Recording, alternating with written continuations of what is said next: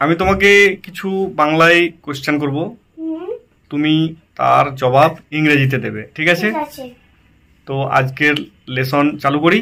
ঠিক আছে। দরজা বন্ধ করো। Please close the door. দরজা খোলো।